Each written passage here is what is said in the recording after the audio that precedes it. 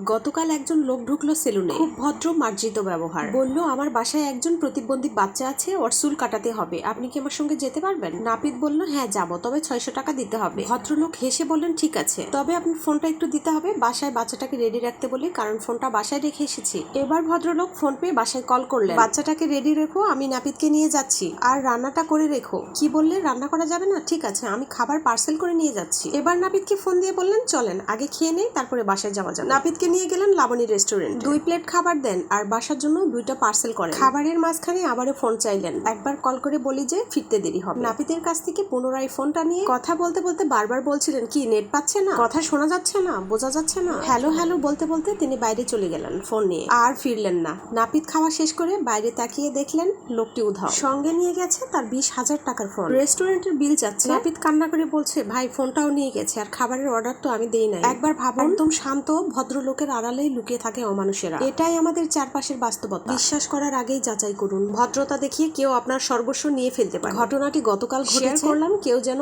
এমন প্রতারণার শিকার না হয়।